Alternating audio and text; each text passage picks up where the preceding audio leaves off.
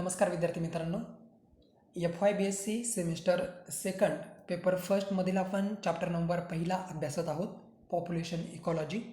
यामध्ये मागच्या लेक्चरमध्ये आपण पॉप्युलेशन म्हणजे काय, इकॉलॉजी म्हणजे काय, त्यानंतर पॉप्युलेशन इकॉलॉजी म्हणजे काय, त्यानंतर पॉप्युलेशन डेन्सिटीवरती अफेक्ट करणारे काही घटक आहेत. मग त्याच्यामध्ये नॅटॅलिटी असेल, मॉर्टॅलिटी असेल, इमायग्रेशन असेल, इमिग्रेशन असेल, ह्या डेफिनेशन आपण समजून घेतलेल्या आहेत. पॉप्युलेशन डेन्सिटी कॅल्क्युलेट करण्यासाठी काही मेथड्स आहेत, त्या पण आपण बघितलेल्या आहेत. त्यानंतर पॉप्युलेशन डेन्सिटीच्या दोन मेथड्स आहेत, दोन टाईप आहेत. त्यामध्ये क्रूड डेन्सिटी आणि स्पेसिफिक किंवा इकॉलॉजिकल डेन्सिटी, या गोष्टी आपण पाठीमागच्या लेक्चरमध्ये पाहिलेल्या आहेत. नॅटॅलिटी म्हणजे काय, त्यालाच आपण बर्थ रेटसुद्धा म्हणतो. त्याचे दोन प्रकार, त्याच्यामध्ये मॅक्झिमम किंवा पोटेन्शियल नॅटॅलिटी आणि सेकंड टाईप पाहिला होता आपण इकॉलॉजिकल किंवा त्यालाच म्हणतो आपण रिअलाइज नॅटॅलिटी. आणि ह्या नॅटॅलिटीचे फायदे अर्थातच सिग्निफिकन्स काय आहेत हे सुद्धा आपण पाठीमागच्या लेक्चरमध्ये पाहिले आहेत. यानंतर आपण नेक्स्ट पार्ट सुरू करत आहोत, मॉर्टॅलिटी. मॉर्टॅलिटी अर्थातच डेथ रेट. पाहूया. The size of population decreases due to the mortality. काय सांगितलं आहे की मॉर्टॅलिटीमुळे एखादं पॉप्युलेशन असेल, त्या पॉप्युलेशनची साईज कमी होते, डिक्रीज होते, बरोबर. Mortality refers to the elimination of the individuals from the parental population by the death per unit area. त्या ठिकाणी असलेले पर्टिक्युलर पॉप्युलेशनमध्ये असलेले इंडिव्हिज्युअल्स कमी होत आहेत, ते तिथून इलिमिनेट होत आहेत. म्हणून मॉर्टॅलिटीचा जर फॉर्म्युला आपण बघितला तर number of death divided by total number of individuals in A population multiply by 1000. इथे पण आपण जर पाहिलं तर दोन टाईप पडतात मॉर्टॅलिटीचे. त्यामध्ये पहिला आहे minimum or specific or potential mortality. Minimum mortality is theoretical minimum loss of individuals by death under the ideal environmental condition. कमीत कमी मृत्यूदर, त्यालाच म्हणतो आपण पोटेन्शियल मॉर्टॅलिटी किंवा minimum or the specific mortality. Here individual die only due to the old age. It is always less than the ecological mortality.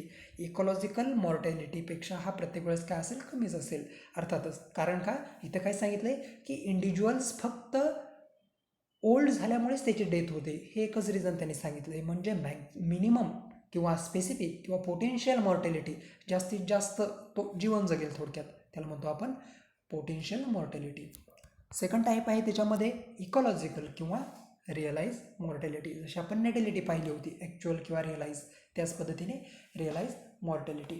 Ecological mortality it is the death of the individuals under the existing environmental condition. जी environmental condition असेल त्या कंडिशनची mortality आपण त्या ठिकाणी calculate करत असतो. Death can be occurs at any stage in the life cycle due to the disease, predation and other environmental hazards. मग तिथे लाईफ सायकलमध्ये किंवा डिसीज आला एखादा किंवा प्रिडेशन झालं, त्याचं प्रेडिटर आला एखादा, तर त्या गोष्टींमुळे सुद्धा त्या पर्टिक्युलर इंडिव्हिज्युअलची डेथ होऊ शकते. या सर्व गोष्टी आपण इथे कन्सिडर करतो, म्हणून याला म्हणतो आपण realize mortality. It is always greater than the minimum mortality. Minimum मॉर्टॅलिटीपेक्षाही प्रत्येक वेळेस जास्त असते, कारण लाईफ सायकल असेल किंवा वेगवेगळे डिसीज आहे, त्या डिसीजमुळे सुद्धा त्या इंडिव्हिज्युअलची डेथ होऊ शकते. म्हणून हे दोन प्रकार आपण इथे मॉर्टॅलिटीमध्ये स्टडी करतो. नेक्स्ट पॉईंट आहे बघा, व्हायटल इंडेक्स. व्हायटल इंडेक्स म्हणजे काय, तर it is the ratio of नॅटॅलिटी and mortality. Definition जर आपण पाहिली तर त्यामधून आपल्याला फॉर्म्युलासुद्धा लक्षात येतो की vital index is equal to natality divided by mortality multiply by 100. थोडक्यात नॅटॅलिटीचा आणि मॉर्टॅलिटीचा रेशो आपण इथे स्टडी करतो. It gives an the idea about the growth rate of the population. If the vital index is less than 100, then the population is decline. जर vital index किती असेल, कमी असेल 100पेक्षा, तर पॉप्युलेशन डिक्लाइन म्हणजे कमी कमी होत चाललं आहे असं आपण सांगतो. त्यानंतर व्हायटल इंडेक्स जर 100च्या जवळपास असेल किंवा इक्वल असेल, then the population is stable, तर त्याला आपण स्टेबल पॉप्युलेशन आहे असं आपण म्हणतो. And the vital index is greater than 100, 100पेक्षा जर जास्त असेल तर पॉप्युलेशन हे एक्सपांडिंग आहे किंवा ते वाढते असं आपण म्हणतो. देन नेक्स्ट पॉईंट आहे बघा, फेकंडिटी. फेकंडिटी म्हणजे काय, फेकंडिटी is the maximum reproductive capacity of organism, where as the fertility is the actual number of the offspring produce. फेकंडिटी म्हणजे काय, तर कॅपॅसिटी ऑफ रिप्रोडक्टिव्ह कॅपॅसिटी, थोडक्यात रिप्रोडक्शनची कॅपॅसिटी, जास्तीत जास्त रिप्रोडक्टिव्ह कॅपॅसिटी, त्याला म्हणतो आपण फिकंडिटी. बरोबर. Fecundity is the potential of the reproduction in a single organism or a population. एखाद्या ऑर्गॅनिझमची पोटेन्शियल किती आहे किंवा कॅपॅबिलिटी किती आहे, कॅपॅसिटी किती आहे रिप्रोडक्शनची, त्यालाच म्हणतो आपण फिकंडिटी.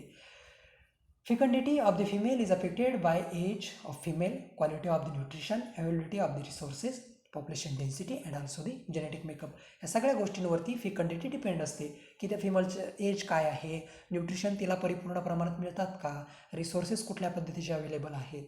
आणि मग यावरून आपण एक फॉर्म्युला डिस्क्राईब केला आहे की ज्यामध्ये आपण व्हॅल्यूज टाकल्या की आपल्याला एफ म्हणजेच फिकंडिटी कॅल्क्युलेट करता येऊ शकते. फॉर्म्युला आहे बघा, F is equal to W0 divided by WS multiply by capital N. आता इथे काय सांगितलं बघा, F is equal to fecundity, F म्हणजेच फिकंडिटी. W0 means the total weight of ovary, ओव्हरीचं वेट किती आहे. Then WS means the weight of sub sample of the ovary, WS sub सॅम्पलचं वेट किती आहे. Then capital N means the total number of eggs in a sub sample, सब सॅम्पलमध्ये असलेले number of eggs किती आहेत त्याला म्हणतो आपण कॅपिटल एन. एक्झाम्पल जर सॉल्व करायला सांगितलं आपल्याला तर तिथे आपल्याला ह्या किमती दिलेल्या असतात. ओव्हरीचं वेट दिलेलं असतं, सब सॅम्पल त्याचं वेट दिलेलं असतं, नंतर टोटल नंबर ऑफ एग्स किती आहे ते दिलेलं असतं आणि आपल्याला कॅल्क्युलेट करायचं असते फिकंडिटी. त्याच्यामुळे हा फॉर्म्युला महत्त्वाचा आहे. हा फॉर्म्युला आपण काय करायचा, पाठ करायचा. Then fecundity is the maximum reproductive capacity of the organism, त्याला म्हणतो आपण फिकंडिटी. आणि फर्टिलिटी म्हणजे काय तर actual number of offspring produce, प्रत्यक्षामध्ये किती नंबर ऑफ ऑफस्प्रिंग प्रोड्यूस झाले त्याला म्हणतो आपण फर्टिलिटी. देन नेक्स्ट पॉईंट आहे बघा, age structure. Age structure, every population consist of the individuals of the different age. प्रत्येक पॉप्युलेशनमध्ये आपल्याला वेगवेगळ्या एजचे इंडिव्हिज्युअल्स बघायला मिळतात. मग त्यामध्ये काही प्री रिप्रोडक्टिव्ह एजचे काही इंडिव्हिज्युअल असतील, काही रिप्रोडक्टिव्ह एजचे असतील आणि काही पोस्ट रिप्रोडक्टिव्ह एजचे इंडिव्हिज्युअल्स बघायला मिळतात. म्हणून इथं ते सांगितलं की डिफरंट एजचे आपल्याला ऑर्गॅनिझम बघायला मिळतात. The population of the individuals of the different age group is called age the age structure of population, आणि त्यालाच आपण एज स्ट्रक्चर म्हणतो. Age structure is useful in the understanding and the prediction population growth. मग त्यावरून आपल्याला population growth कशा पद्धतीची असेल हे आपल्याला त्यावरून ठरवता येतं. पहा, 3 मेन एज ग्रुप्स आर ऑब्झर्व्ड. 3 महत्त्वाचे एज ग्रुप आपण एन्व्हायरमेंटमध्ये किंवा पॉप्युलेशनमध्ये आपण पाहतो. त्यामध्ये पहिला आहे बघा प्री रिप्रोडक्टिव्ह एज ग्रुप. नावातच आहे बघा त्याच्या, it include sexually immature individuals, त्यांना म्हणतो आपण ज्युव्हेनाईल किंवा इन्फंट म्हणतो आपण. असे मेंबर की जे रिप्रोडक्शनसाठी कॅपेबल नसतात, इमॅच्युअर असतात, त्यांना म्हणतो आपण pre reproductive age group. Second type आहे त्याला म्हणतो आपण reproductive age group. It include sexually mature individuals, त्यांनाच म्हणतो आपण अडल्ट. अर्थातच रिप्रोडक्शनसाठी ते काय असतील, सक्षम असतील, कॅपेबल असतील. आणि तिसरा जो प्रकार आहे त्याला म्हणतो आपण post reproductive age group. It include old individuals whose reproductive capacity is lost. इथे काय असतात, ते सगळे ओल्ड झालेले इंडिव्हिज्युअल्स असतात की ज्यांच्याकडे रिप्रोडक्शनची कॅपेबिलिटी नसते. The duration of age group may be different from the different population. प्रत्येक पॉप्युलेशननुसार हे जे ड्युरेशन आहे एज ग्रुपचं ते कमी जास्त असू शकतं. जसं की जर इन्सेक्ट जर आपण कन्सिडर केले तर त्यामध्ये बघा आपण insect have the very long pre reproductive age group. सर्वात जास्त कोणता असतो, प्री रिप्रोडक्टिव्ह एज ग्रुप असतो. त्यानंतर short reproductive age group and the no post reproductive age group. Post reproductive age group इन्सेक्टमध्ये आपल्याला बघायला मिळत नाही. तर हे पॉप्युलेशननुसार जी ड्युरेशन आहे या ग्रुपची ती कमी जास्त होऊ शकते. देन नेक्स्ट पॉईंट आपण या ठिकाणी पाहणार आहोत, एज स्ट्रक्चर पिरॅमिड. आता ह्या एज स्ट्रक्चरवरून काही पिरॅमिड्स तयार होतात, ते आपण या ठिकाणी पाहणार आहोत. Age structure pyramid. It is age structure pyramid म्हणजे काय तर it is a vertical bar in which the proportion of the individuals in different age group are shown. वेगवेगळे एज ग्रुपचं जे प्रपोर्शन आहे ते फक्त आपण काय करतो, त्या पिरॅमिडच्या माध्यमातून आपण दाखवत असतो. त्यालाच म्हणतो आपण एज स्ट्रक्चर पिरॅमिड. मग त्याच्यामध्ये काय काय दाखवतो आपण, प्री रिप्रोडक्टिव्ह एज ग्रुप दाखवतो, देन रिप्रोडक्टिव्ह एज ग्रुप दाखवतो आणि पोस्ट रिप्रोडक्टिव्ह एज ग्रुप दाखवतो. आता त्यांचा रिजन ठरलेला आहे बघा पिरॅमिडमध्ये. प्री रिप्रोडक्टिव्ह एज ग्रुप जो आहे तो आपण बॉटमला दाखवतो, अर्थातच खाली बॉटमला असेल, तळाला असेल तो. त्याच्यावरती जो असतो तो असतो रिप्रोडक्टिव्ह एज ग्रुप आणि सर्वात वरती म्हणजे टॉपला जो असेल तो असेल रिप्रोडक्टिव्ह एज ग्रुप. ह्या एज ग्रुपचे जर आपण पाहिलं तर मुख्यत्वे 3 प्रकार पडतात बघा. त्यापैकी पहिला आहे triangular shape age structure pyramid. पहिला आहे ट्रँग्युलर शेप. डायग्राम पाहू आपण म्हणजे त्यावरून आपल्याला लक्षात येईल. बघा वरती एज स्ट्रक्चर पिरॅमिडमध्ये आपण काय सांगितलं होतं की जो प्री रिप्रोडक्टिव्ह एज ग्रुप आहे तो बॉटमला असतो. इथे बघा ह्या डायग्राममध्ये हे ज्या लाईन मारलेल्या आहे तिथे हा एवढा जो एरिया आहे हा एरिया आहे प्री रिप्रोडक्टिव्ह एज ग्रुपचा. प्री रिप्रोडक्टिव्ह एज ग्रुपचा. त्यानंतर त्याच्यावरती म्हणजेच मिडलमध्ये जो असेल तो असेल रिप्रोडक्टिव्ह एज ग्रुप. ह्या ज्या लाईन इथे दिसतात आपल्याला डार्क कलरच्या ह्या पूर्ण ज्या आहेत त्या आहेत रिप्रोडक्टिव्ह एज ग्रुपचा एरिया. आणि सगळ्यात टॉपला पोस्ट रिप्रोडक्टिव्ह एज ग्रुप आपल्याला बघायला मिळतो. आता बघा ट्रँग्युलर शेपमध्ये काय सांगितलं आहे, it is the triangular in shapes and indicates the expanding population. हा जो ट्रँग्युलर शेपचा पिरॅमिड आहे हा आपल्याला काय सांगतो की जे पॉप्युलेशन आहे ते काय होणार आहे, वाढत जाणार आहे, पुढे एक्सपांड होणार आहे. म्हणून हा आपल्याला अशा पद्धतीचा ट्रँग्युलर शेपमध्ये दिसतो. This pyramid indicates high percentage of young individuals. इथे काय सांगितलं आहे, हाय इंडिव्हिज्युअल्स आहेत तिथे कुठले प्री रिप्रोडक्टिव्ह एज ग्रुपमध्ये सगळ्यात जास्त आहेत. नंतर इंटरमिडिएट जे असतील ते कसे असतील, रिप्रोडक्टिव्ह एजमधले असतील जे इथे मध्ये दाखवलेत आपण. आणि सगळ्यात कमी जे असतील ते पोस्ट रिप्रोडक्टिव्ह इंडिव्हिज्युअल्समधले असतील. बरोबर. आणि म्हणूनच येणाऱ्या उद्याच्या भविष्य काळामध्ये अशा पद्धतीचा ट्रँग्युलर शेपमध्ये जो पिरॅमिड असेल ते पुढे काय होईल, पॉप्युलेशन एक्सपांड होईल किंवा वाढेल. कारण का तिथे प्री रिप्रोडक्टिव्ह एज ग्रुपमधील संख्या सर्वात जास्त आहे. कालांतराने ते कुठे जाईल, रिप्रोडक्टिव्ह स्टेजमध्ये जाईल आणि त्यामुळे ते पॉप्युलेशन काय होईल, इन्क्रीज होईल. बरोबर. In future, the pre-reproductive age group will represent the reproductive age group and the number of adults shall be more. So this pyramid indicates the expanding population. त्याच्यामुळे हे पॉप्युलेशन काय होईल, पुढे वाढत जाईल. एक्झाम्पलचा जर आपण विचार केला तर एक्झाम्पलमध्ये सांगितलं बघा, population of paramecium, then house fly and human population in India. इंडियामधील जर आपण पॉप्युलेशन पाहिलं ह्युमनचं तर ते पण काय आहे, एक्सपांडिंग किंवा ट्रँग्युलर शेपमध्ये आपण पाहतो. नेक्स्ट टाईप आहे बघा, त्याला म्हणतो आपण bell shape age structure pyramid. Bell shape. This indicates stable population. Bell शेपचं जे आहे तो पिरॅमिड काय शो करतो, तर स्टेबल पॉप्युलेशन आहे. कशा पद्धतीने स्टेबल आहे ते आपण इथे डायग्रॅममध्ये पाहू आपण. बघा ही जी सेकंड डायग्रॅम आहे मध्ये जी दिसते स्टेबल पॉप्युलेशन, ही आहे बेल शेप पिरॅमिड. बरोबर. पहिलं वाक्य आपण काय सांगितलं की this indicates the stable population. Stable population आहे. का असणार आहे बघा, सेकंड लाईनमध्ये सांगितलं, in this pyramid the proportion of pre reproductive and reproductive age group are approximately similar. इथं काय आहे बघा, ही जी खालची लाईन दिसते आपल्याला प्री रिप्रोडक्टिव्ह एज ग्रुपची ती आणि रिप्रोडक्टिव्ह एज ग्रुपचे जे आहे ते इक्वल आहेत, सेम नंबर आहेत इंडिव्हिज्युअलचे. म्हणून हे पॉप्युलेशन काय असेल, उद्याच्या भविष्यकाळामध्ये स्टेबलच राहील. ते कमी पण होणार नाही आणि वाढणार पण नाही. बरोबर. म्हणून हे पॉप्युलेशन कशा पद्धतीचं असेल, बेल शेप्ड आणि स्टेबल असेल. एक्झाम्पल जर स्टडी करा आपण तर human population human population in the Austria, Italy and the Denmark. हे जर पॉप्युलेशन बघितलं आपण तर ते बेल शेप किंवा स्टेबल पद्धतीचं आहे. देन थर्ड आहे बघा अर्न शेप. ही जी शेवटची डायग्राम दिसते ही आहे अर्न शेप पॉप्युलेशन किंवा urn shape age structure pyramid. ही कशा पद्धतीचं आहे बघा, this indicates the declining population. इथे पॉप्युलेशन कमी होईल, डिक्लाइन होईल, कमी होईल. का, कारण त्या डायग्राममध्ये बघा हे जे प्री रिप्रोडक्टिव्ह एज ग्रुपचा जो नंबर आहे किंवा इंडिव्हिज्युअल्स आहेत हे सगळ्यात कमी दिसत आहेत आपल्याला. बरोबर. सगळ्यात कमी दिसत आहेत. रिप्रोडक्टिव्ह एज ग्रुपचे जास्त दिसत आहेत. नंतर इथे वरती जर गेलं पोस्ट रिप्रोडक्टिव्हचे हे थोडे स्टेबल आहेत.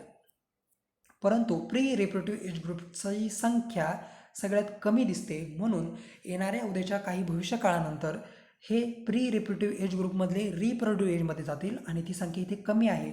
म्हणून पुढे येणारं जे पॉप्युलेशन असेल त्या अर्न शेप पिरॅमिडचं ते कसे असेल, कमी असेल, डिक्लाइनिंग असेल. In this pyramid the proportion of the reproductive and the post reproductive age group are almost equal. ते दोनही सारखं असतं. And the proportion of the pre reproductive age are less, ते कमी आहे, म्हणून पुढे येणारी जी पॉप्युलेशन असेल ती काय असेल, डिक्लायनिंग किंवा कमी असेल. अजून थोडे आपण तीच डायग्राम थोडी या ठिकाणी पाहूयात. एक्सपांडिंग पॉप्युलेशनमध्ये काय सांगितलं होतं, पूर्ण या पिरॅमिडचा शेप ह्या प्री रिप्रोडक्टिव्ह एज ग्रुपवरती डिपेंड असतो बघा. त्यानुसार त्याचा आकार ठरतो, त्यानुसार पॉप्युलेशन वाढेल, कमी होईल की स्टेबल असेल, हे पण आपल्याला त्या ठिकाणी बघायला मिळतं. बघा इथे पहिल्या डायग्रॅममध्ये आपण काय पाहिलं, एक्सपांडिंग पॉप्युलेशन आहे. का? कारण रिप्रोडक्टिव्ह एज ग्रुप हा सर्वात जास्त आहे. रिप्रोडक्टिव्ह एज ग्रुपपेक्षा पण आणि पोस्ट रिप्रोडक्टिव्ह एज ग्रुपपेक्षा सुद्धा काय आहे, जास्त आहे, म्हणून येणाऱ्या भविष्यकाळामध्ये तो इन्क्रीज होईल. स्टेबल पॉप्युलेशनमध्ये बघा, हे जे दिसते आपल्याला प्री रिप्रोडक्टिव्ह आणि रिप्रोडक्टिव्ह एज ग्रुप हे दोघंही काय आहेत, सारख्या प्रमाणात आहेत.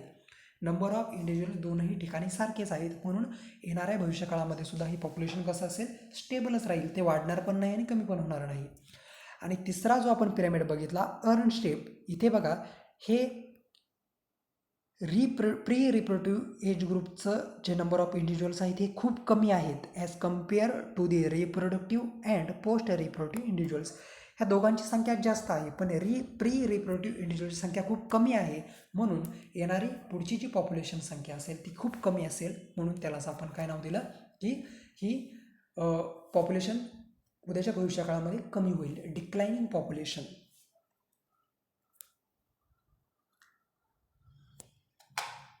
तर आपण या लेक्चरमध्ये काय काय स्टडी केलं बघा. मॉर्टॅलिटी म्हणजे काय ते पाहिलं आपण. मॉर्टॅलिटीचे 2 प्रकार बघितले, त्यामध्ये मिनिमम, स्पेसिफिक किंवा potential mortality. Then second part बघितला, त्याच्यामध्ये रिअलाइज्ड किंवा ecological mortality. Then vital index म्हणजे काय आपण हे पाहिलं. नेटॅलिटी आणि मॉर्टॅलिटीचा जो रेशो आहे त्यालाच आपण व्हायटल इंडेक्स म्हणतो. देन फेकंडिटी म्हणजे काय आपण बघितलं की मॅक्झिमम रिप्रोडक्टिव्ह कॅपॅसिटी, एखाद्या ऑर्गॅनिझमची जास्तीत जास्त रिप्रोडक्शनची कॅपॅसिटी, त्याला म्हणतो आपण फेकंडिटी. त्यानंतर एज स्ट्रक्चर बघितले आपण. 3 प्रकारचे एज स्ट्रक्चर असतात, त्याच्यामध्ये प्री रिप्रोडक्टिव्ह, त्याच्यामध्ये ज्युव्हेनाईल ऑर्गॅनिझम असतात की जे सेक्शुअली इमॅच्युअर असतात. देन रिप्रोडक्टिव्ह एज ग्रुप पाहिला आपण, जिथे सेक्शुअली मॅच्युअर इंडिव्हिज्युअल्स आपल्याला बघायला मिळतात. Then post reproductive age group पाहिला आपण, आणि त्याच 3 गोष्टींवरती डिपेंड आहेत पुढचा पिरॅमिड. मग त्यामध्ये ट्रायंग्युलर शेप पिरॅमिड बघितला आपण, वेल शेप बघितला आणि अर्न शेप पिरॅमिड हे आपण त्या ठिकाणी स्टडी केले. यानंतर या चॅप्टरमधील राहिलेला उर्वरित भाग आपण पुढच्या लेक्चरमध्ये कव्हर करूयात. त्यामध्ये वेगवेगळ्या प्रकारचे स्ट्रक्चर जे आहेत पुढे ते आपण पॉईंट वाईज स्टडी करणार आहोत. थँक्यू.